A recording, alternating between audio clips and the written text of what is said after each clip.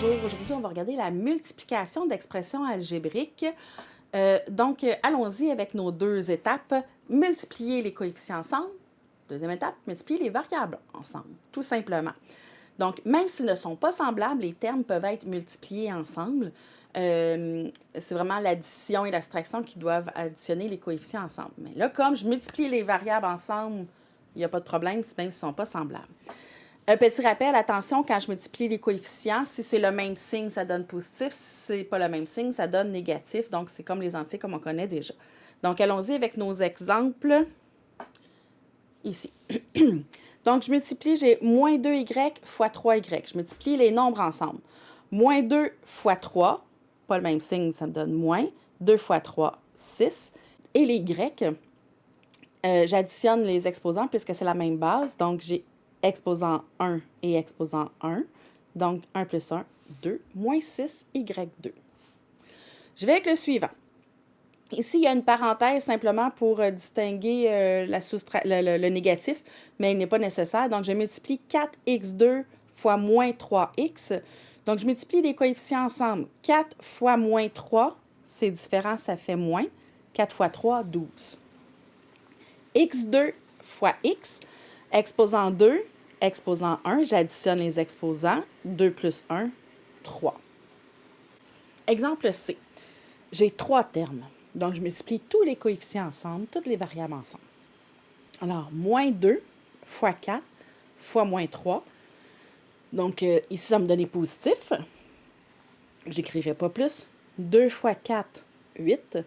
Fois 3, ça va me donner 24 positif. X fois x2. J'additionne les exposants. 1 plus 1 plus 2. Ça va donner x exposant 4. y2, y, donc 2 plus 1 plus 1. Y exposant, 4. Ici. D.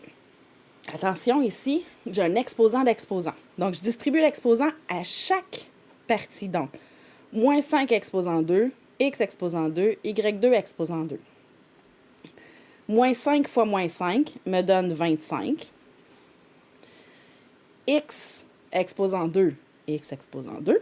Y exposant 2, exposant 2. Attention, je multiplie 2 fois 2, 4. Et le dernier, ici, j'ai exposant 3. Donc, ça va me donner une quantité impaire de négatifs. Ça va me donner moins. 7 fois 7, 49 fois 7 me donne 343. A exposant 3, je multiplie les exposants. Donc, 3 fois 3, 9. A exposant 9. B2, ça va me donner B exposant 2 fois 3, 6. Et C exposant 3, c'est 3. Donc, quand je multiplie les nombres ensemble, puis les variables qui ont la même base, j'additionne tout simplement les exposants. Et si c'est exposant d'exposant, je suis la loi des exposants et je multiplie les exposants. Donc, on vient de faire la multiplication d'un monombre par un monombre. Allons voir une autre multiplication cette fois.